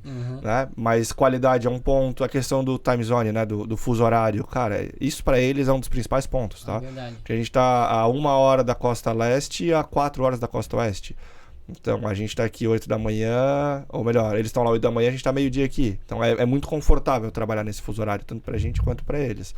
Já a Índia, o cara tá trabalhando 8 da manhã, o outro tá indo dormir. Então, aí o cara, não, ele fica online, mas ele fica online, mas de um dia cansativo. O cara já encontro fora, exatamente, né, exatamente. Alguém vai ter que se sacrificar, né? Exatamente. Vocês têm uma ideia de levar gente daqui? Tipo, profissionais próprios da Premiere, cara, essas pessoas, além de você, é óbvio, né? Mas... Sim. A gente fez isso, inclusive. A gente levou 2 pessoas daqui para fazer uma imersão lá no cliente. E esse é o nosso objetivo, é poder propiciar isso para os nossos profissionais, que eles vão daqui para lá para passar um tempo lá. Esses profissionais, eles ficaram 2 semanas lá nos Estados Unidos, em imersão com o cliente, e voltaram para cá. Mas a ideia é fazer isso. E com mais pessoas lá nos Estados Unidos, né, com a minha presença lá também, é fazer isso mais frequente e por mais tempo. E a gente tem uma questão que é questão de visto. Isso que eu ia perguntar, que visto que tu vai usar aí? Exato. É um problema, porque os Estados Unidos não é fácil pra gente conseguir visto. A gente levou 2, a gente queria levar 6 pessoas. As outras 4 pessoas, a Premier Soft pagou o custo do visto, pagou o custo da viagem pra Brasília, pagou o hotel, pagou tudo, e os 4 foram negados. Sério? No visto? No visto. Mas aí tu fez o visto, sei lá, tipo...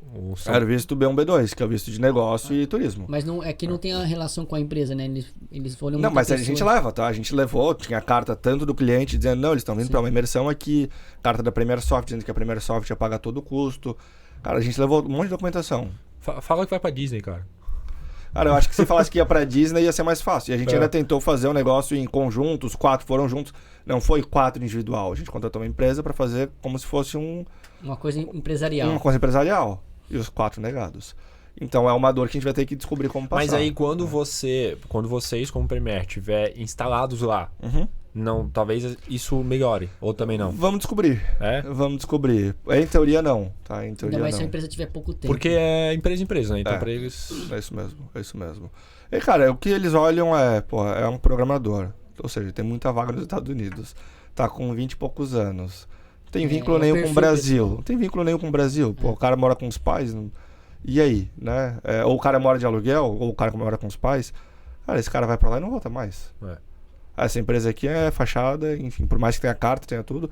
Talvez acabe acontecendo no longo prazo, a gente conseguir alguma coisa com o consulado. Falar, a gente vai querer fazer isso, tem alguma forma. Mas eu acho que a gente tem que crescer bastante nos Estados Unidos para conseguir isso. Mas mesmo que esses profissionais não consigam ir para lá, eles trabalham para lá. Trabalham para lá. Okay, sim, né? sim, trabalham para lá. Isso não é problema. Logicamente, o mundo perfeito é que eles consigam ir para lá em algum momento, mas não é impeditivo. E o que a gente quer fazer agora é trazer o cliente de lá para cá. É trazer a equipe que está no cliente de lá para cá. A gente combinou com o cliente, a gente estava lá numa festa, e conversando lá com o CEO.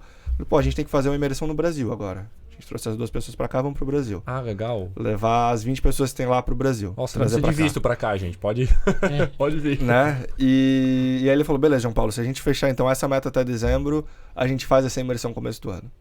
Então, vamos ver se vai dar certo. Estamos trabalhando pra isso. É bom pra ambas as partes, né? Lógico. Pra ele lá vir um programa de atração e retenção, né? Sim. E pra ele vir gastar em real é muito mais barato. Nossa, né? ele vai ficar feliz. Nossa. Ele vem com 20 pra gastar com 4. Ele paga a festa de vocês tudo. Lógico. Tranquilamente. O equivalente é gastar com 4 lá. Cara, e qual o desafio que vocês têm hoje pra não levar o profissional pra lá, mas tipo, colocar profissionais lá como programadores pra trabalhar pra esses clientes, né? Pra entregar essa meta aí que tu falou até dezembro. Tu quer me deixar chorando, né? Cara, a maior dor é o inglês. Mas quando tu fala do inglês, a gente tá falando inglês super fluente ou inglês que o cara consegue entender? Não. Uma mímica vale? Cara, o inglês que o cara...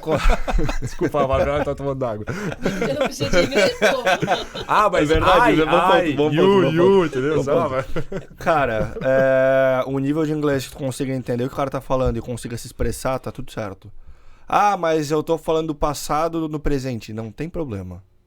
Não tem problema, tu conseguindo. O cara entendeu o contexto que você quis falar pra ele. É isso aí. Eles estão bastante compreensivos com isso, né? Eles são de boas com isso. Não? São, porque também boa parte das pessoas que estão lá avaliando são imigrantes. Né? O primeiro cara, por exemplo, nesse cliente que avalia, ele é um canadense, e tu pensa, não, canadense é inglês. Não, ele aprendeu inglês como segunda língua no ensino médio. Porque ele foi criado com francês. Dependendo de onde é verdade, eu acho. Ele foi criado em francês. Verdade. Então, o outro cara é russo que avalia e o outro cara é da Coreia do Sul. Nossa. Então, assim, são 3 pessoas completamente diferentes que elas também não falam inglês perfeito. Logicamente, já estão nos Estados Unidos há, 10 anos, então eles já falam inglês. Mas né? É que assim, vamos lá, quando você fechou com o VC, o VC te passou uma lista de startups, você fechou com uma startup, aí precisa de 2 caras lá dentro. Aí você pega brasileiro e joga lá como uma squadzinha pra trabalhar lá dentro. Isso aí. Esses caras falam direto com o founder, enfim. Direto com eles. Né? Isso mesmo. Mas aí, você não tá falando com o VC, que é mais, talvez, de boa, porque a gente tá fazendo negócio. Tá falando com o founder que, cara, precisa entregar.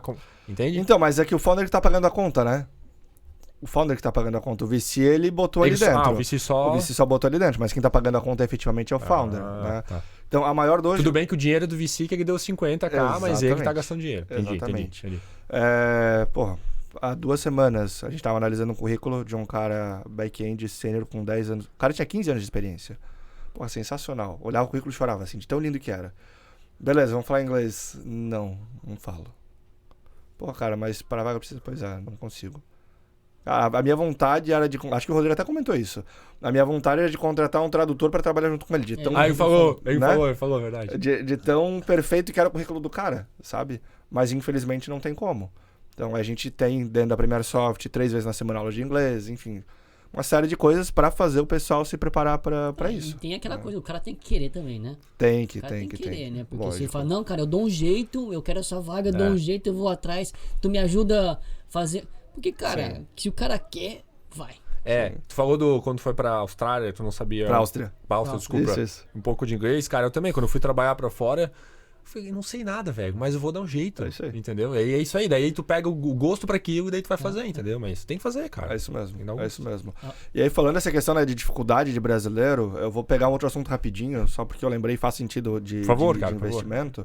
Eu tava lendo um artigo de um investidor de avaliação de startups internacionais. Porque ele fala, cara, o estrangeiro, independente se brasileiro ou de onde for, ele normalmente não tem a cultura de show-off, né? De, não, porque eu vou fazer conquistar o mundo, conquistar nada. Normalmente a gente é mais pé no chão. A gente tende a mostrar mais nos nossos pitches, mais do que é realmente palpável. Você não vai trazer informações talvez infladas ali. E o americano não, ele vai, joga pra cima e faz pirueta e tal. Então, e ele falou, isso muitas vezes é cultural, porque da cultura de muitos países é você ser humilde, é você ser mais pé no chão, mais introvertido. Então, os estrangeiros, quando você está avaliando uma startup de um founder estrangeiro, leva isso em conta. Um outro ponto interessante é que aquele não é o idioma primário dele. Então, talvez no idioma primário dele, ele conseguiria se expressar muito melhor do que ele está se expressando ali. Então, leva isso em conta também. E por último, um terceiro ponto... entenda que, diferente dos Estados Unidos, que tem uma estabilidade econômica, muitos desses founders vêm de países que não têm estabilidade. Cara, a inflação do Brasil, para eles, é coisa de outro mundo, né? Eles pensam, pô, como é que vocês vivem com uma inflação dessa? Mas, pô, a gente está acostumado a ter mudança de governo a cada 4 anos, a ter uma economia instável, a depender do dólar, o preço das coisas subir, descer, feito louco. Então, a gente já tem uma resiliência muito maior, por exemplo, do que o investidor americano, que não passou por isso, né? Não teve toda essa criação. Então ele trouxe isso como pontos positivos para você avaliar num founder estrangeiro. E o inglês é um deles, né? O inglês é um dos pontos. Faz total sentido, né, cara, isso. Esse lance. É porque você pode falar muito errado, né? Não conseguir se expressar muito na hora de querer vender o teu negócio. Nervosismo, tudo isso. Pitch é apresentação. E até porque o pitch tem o reverso, o cara vai te perguntar depois. Exatamente. E aí se não souber a resposta, porque eu posso treinar meu PPT aqui, não é? Posso decorar ele, mas isso e mesmo. A resposta? Não é a resposta, entendeu? Você vai ter que às vezes improvisar uma resposta que você não está preparado. Sim. Como é que tu improvisa com uma limitação de vocabulário? E vocês sabem, como empreendedores, que resiliência talvez é a qualidade, o atributo mais importante para a vida do empreendedor. Claro. Né? Pô, a gente tá falando de uma startup que pivotou 7 vezes. Cara, foram 6 insucessos, né? Até chegar no 7º e encontrar. E na vida da Premier Soft também. A gente teve 8 anos focado em projeto. Cara, legal, mas era montanha-russa. Né? Vendia projeto, tinha dinheiro. Aí executava, acabava o dinheiro. E era montanha-russa. Até a gente mudar o nosso foco e trabalhar com outsourcing, que a gente começou a ver um outro cenário. Né? Mas é uma montanha-russa. E isso cria resiliência nos nossos empreendedores brasileiros. Com certeza. Ô, JP, então, só pra gente já caminhando pro final, assim, o que tu poderia falar assim, olha, pô, vai querer internacionalizar o empreendedor? Dá algumas dicas aí. Cara, primeira coisa é o inglês. Pratica o inglês, treina o inglês. Não tenha vergonha de falar inglês mal falado. Cara, inglês, entendendo, tá tudo certo o que a gente tava falando. Segundo ponto, joga a cara. Vai lá, faz o que eu fiz. Vai lá, passa 3 meses, 6 meses, né? vê como é que é, entende a cultura. Você tem que entender também que não é todo lugar que tem a mesma cultura que você está acostumado. Então você tem que aprender uma cultura diferente. E sai da zona de conforto. Acho que esse é o principal ponto. Não fica na zona de conforto. Perfeito. Tem que ter atitude, né? E eu vou comentar rapidinho um momento que eu passei. Eu comentei já das minhas crises de ansiedade, né? Eu tava indo para um evento, que era um evento pequeno, de 20 e poucas pessoas, 25 pessoas, mas que era um evento que eu estaria bastante exposto. Né? E mais uma vez, quando você tá num evento de 1000 pessoas, cara, tá lá, ninguém sabe quem é você. Né? Agora, quando é um evento de 20 pessoas, cara, tá sendo exposto, as pessoas estão ali conversando contigo. E aí eu estacionei o carro, eu olhei pro relógio e falei, putz, agora tem que entrar. Eu falei, porra, aí o coração começa a subir, batimento subir. E aí eu parei, refleti, eu falei, cara, mas eu tô aqui pra fazer isso. Se eu não for lá fazer... E aí eu entrei, passei por aquilo ali, cara, e foi animal e me preparou pro evento da tarde, que foi onde eu fechei a parceria com o VC. Então sai da zona de conforto, não tem medo de errar e, cara, aprende a evoluir um pouquinho cada dia. Ainda mais que pra você aquilo sempre foi algo que se você luta contra, né? Exato. Que poderia te dar um gatilho pra entrar numa crise de ansiedade, né, cara? É isso aí. E quando eu fui fazer um curso lá nos Estados Unidos no ano passado, que eu fiz um curso de vendas em Harvard, eu fui pra lá pensando, eu preciso sair da minha zona de conforto. Eu não posso entrar na sala e ficar quieto só escrevendo. E aí o professor perguntou, quem quer vir aqui fazer o pitch aqui na frente? Eu levantei a mão, falei, eu vou. Cara, tava todo nervoso, fazendo pitch em inglês, com outras pessoas, sendo avaliado. Cara, mas fui lá, cara, foi sensacional, sensacional. Assim, depois eu olho para aquele vídeo e me dá orgulho, sabe, de ter passado por aquela barreira, por ter passado por aquilo ali. E quanto mais a gente faz, a prática, né, ela faz acontecer. Certamente, se eu tivesse feito os 8 podcasts... antes do outro lado da mesa, eu estaria extremamente nervoso aqui, com medo de, meu Deus, o que vai acontecer? Cara, e é um bate-papo, né? Não é nenhum bicho de 7 cabeças. Exato. Cara, isso é legal porque quando... por muito tempo também, talvez isso é uma questão de programador, mas por muito tempo eu também fui uma pessoa envergonhada nesse sentido. Que tu falou, porra, eu tenho que ir lá, mas não quero, vou ficar, sabe? E aí depois quando tu acorda pra isso, né? Tu sai da zona de conforto, e o engraçado é, por mais que você imagine que vai ser de uma forma e sai de outra completamente diferente. Aí a sua avaliação, por mais que aquela hora você fala, pô, esqueci de fazer aqui, esqueci de fazer assado, não sei o quê, você sai muito melhor. Porque você saiu da sua zona de conforto. E o mais massa é que todas as pessoas que estão te olhando falam, cara, esse cara... Eu quero falar com ele. Porque ele teve pelo menos a coragem de ir lá. Eu não tive. Quem tá sentado, entende? Então, por mais que você não esteja preparado, você esteja com ansiedade, faz, cara. O máximo que vai acontecer é depois, tu nunca mais vê essas 20 pessoas na vida e ninguém ri de ti, entendeu? É isso, cara. Isso vai acontecer. E olha que engraçado, eu prefiro um grupo menor, porque a conversa ela flui para eu preciso dessa conexão, eu gosto da conexão mais próxima, do que a plateia grande, porque tu não sabe como ela tá reagindo. Sim. Tu tem o controle, né? Sim. Assim, ali eu consigo olhar e... Mas aí tá falando num palco, né? No palco eu concordo. Ou mesmo numa conversa, no debate, né? Talvez. Um grupo menor, eu sempre entro muito mais confiante. Entrar num palco 400 pessoas já é uma coisa. Entrar num palco com 1000 pessoas é outra coisa. Então, já me dá... Quando eu entrei num palco a primeira vez com 400 pessoas, eu falei, cara... Pra onde eu olho? O que eu faço? Quem que tá me ouvindo? Como é que eu tô conseguindo conectar 400 pessoas comigo? Né? Isso mesmo. Foi a primeira vez foi mais difícil. Aí depois, quando as coisas vão, você já começa a pegar a técnica. Mas tem que fazer. Tudo vai ter a primeira vez, né, cara? Bota a cara, né? Bota a cara. Cara, o mais massa que tu falou sobre essa tua experiência do carro é porque...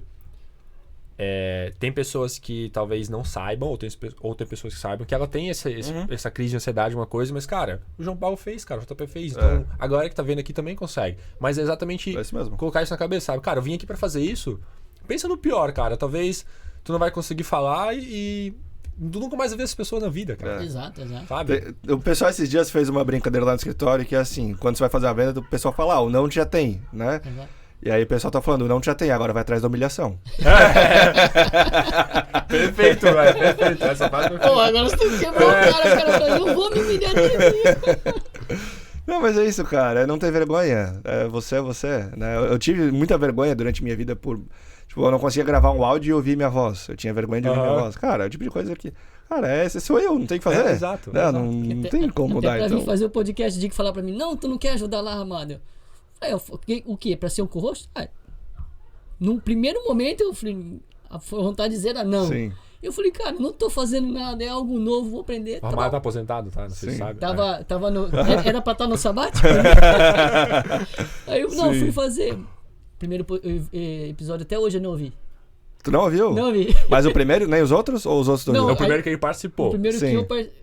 Porque a gente fez alguns, acho que foi o quarto ou sexto, o Ramada entrou. Aham. Entendeu? Aí eu entrei, fiquei ali como um co-host, né? Eu tava só ouvindo. Eu não ouvi aquele. Sério? Não ouvi aquele, vi um pedaço. Mas eu tá falei- bom, tá? Eu vi um pedaço e falei, nossa senhora, eu quero minha voz. Volta lá então, ouve e depois fala pro Ramada Não, se ficou você bom. vê o primeiro episódio que E eu agora? gravei, meu senhor amado, vergonhoso. Inclusive, Gustavão, deleta lá esse Tira da episódio, biblioteca, tira da tira do ar. playlist. O melhor é o Roger. Episódio 0. O Roger faz a brincadeira, é verdade. Mas é isso, eu falei, cara, Sim. não ficou legal. E aí eu até conto isso nas palestras que eu falo. Eu primeiro gravei, vi, não gostei, já nem terminei de ver. Falei, o que Aham. que eu posso fazer pra melhorar? É? E aí eu comecei a assistir podcasts e não olhando o entrevistado.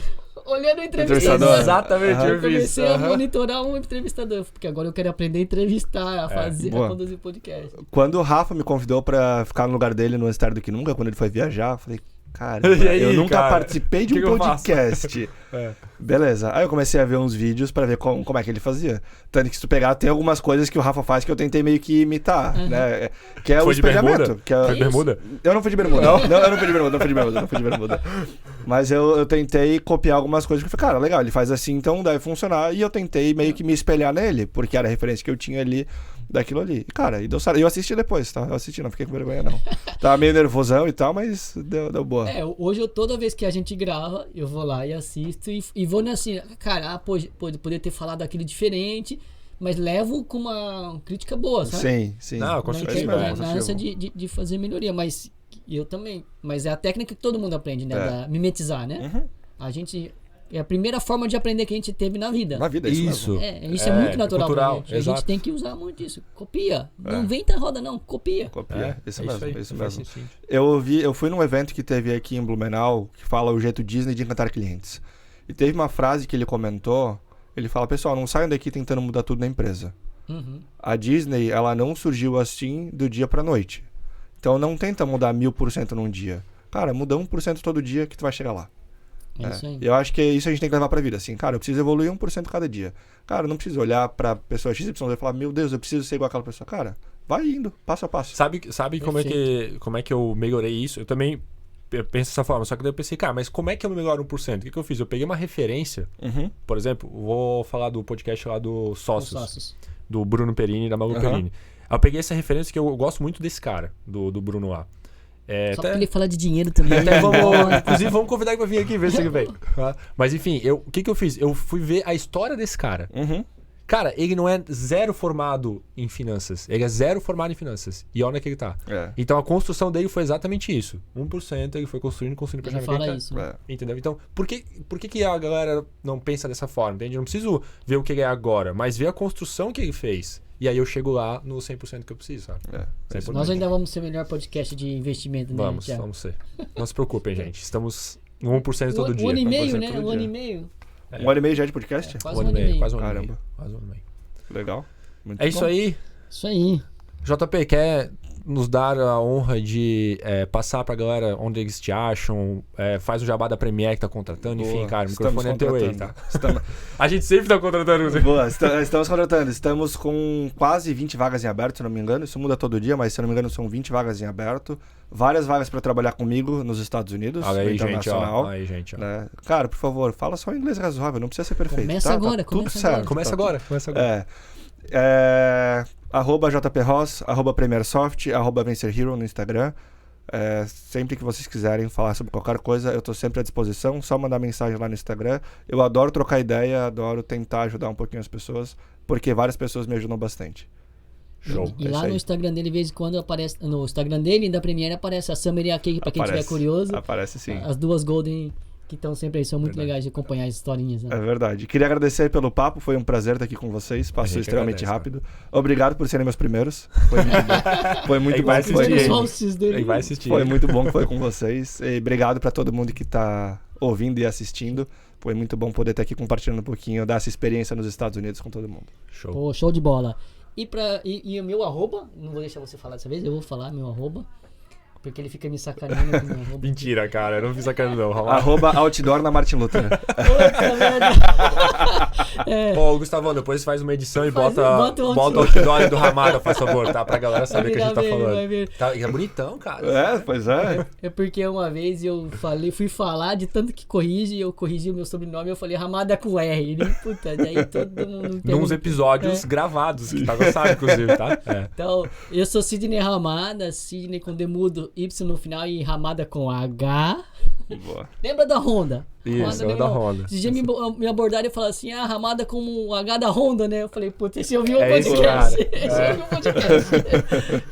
E a gente tô lá nas redes sociais, no Instagram, no LinkedIn, e pode mandar à vontade, pode mandar DM lá, que eu sempre tô lá respondendo. Sou eu mesmo que respondo. Até parece personalidade, né?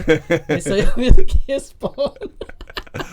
Não, mas é porque eu tenho uma social media que me ajuda, né? Desculpa, cara. É rede social, porque tu não... também tem uma social media? Não tenho. Não, né? E- Pois é. Eu tentei deixar minha esposa fazendo, mas ela desistiu. Ai, mas, brincadeiras à parte, eu sempre tento dar uma atenção possível lá, responder, falando sobre tecnologia e inovação, então qualquer dúvida, cola lá. E também quero deixar o recadinho aqui, que ainda a gente tá com o nosso processo, nosso projeto de mentoria dentro da SC. Então entra lá, scendios.com.br, acesse um linkzinho que tem lá um botãozinho lá, solicitar mentoria. É uma mentoria 100% na faixa, 0800, que nem a gente fala aqui. Vai ter, são mais de 180 já, né? Inclusive o JP tá lá. O JP tá lá. Sempre que você tiver alguma dúvida, manda lá, cara. E com certeza a gente vai encontrar um mentor que pode ajudar aí a alavancar o teu negócio ou talvez resolver os problemas que você tem de tecnologia, né? Isso então, aí. o objetivo nosso sempre foi ajudar o empreendedor aqui na escalada dele do negócio. Show, obrigado, Ramada. Gente, a gente também está com o nosso bet aberto da investimento para startups SC Angels. Então, se você está procurando investimento na sua startup, por favor, procura a gente. Como eu falei, o Ramada está aposentado, então a gente tem bastante... a gente tem bastante dinheiro no caixa, tá? São alguns milhões que a gente tem disponível para investimento. Então, se você está interessado, por favor, entre em contato com a gente, tá? A gente está super disposto. E, de novo, são mais 180 associados que conseguem te ajudar de alguma forma aí no seu empreendimento. Não só como dinheiro, mas sim como o smart mesmo de conversar e bater um papo. Qualquer pessoa pode ganhar esse dinheiro? Como é que funciona? Tem uma tese, um crivo ali que precisa ter. Ah, legal. Mas o primeiro passo é entrar em contato com a gente. Daí a gente consegue codificar. O Gustavão faz esse processo. Mas é um ponto, o dinheiro tá lá, cara. Mas o dinheiro tá lá, JP, saca? A gente tem dinheiro parado. Gente. A maior dor do investidor é essa, né? Ter dinheiro parado e não ter startup não ter onde investir. Exatamente. Cara, e isso tá há algum tempo. Então a gente tem dinheiro em caixa pra dar investimento pra vocês. Vamos fazer mais pitch days aí. É isso aí. E além disso, gente, quer conhecer um pouco mais sobre a gente, vai lá no nosso @scendios.com.br. Lá você encontra vários conteúdos relacionados sobre investimento anjo. E a gente também tem um calendário que a gente coloca nossos eventos, pitch days. Agora a gente vai fazer um roadshow, né, com esses pitch days em vários lugares aqui de Santa Catarina. Então, quer saber mais, quer saber como funciona todo esse movimento, cola lá no nosso @scendios.com.br que a gente vai conseguir te dar informação lá dentro. Fechado, Ramadinha? Fechado. JP, obrigado novamente, Muito obrigado. gente. Eu sou @da Silva de verdade e até o próximo episódio. Valeu! Valeu, Sebrae.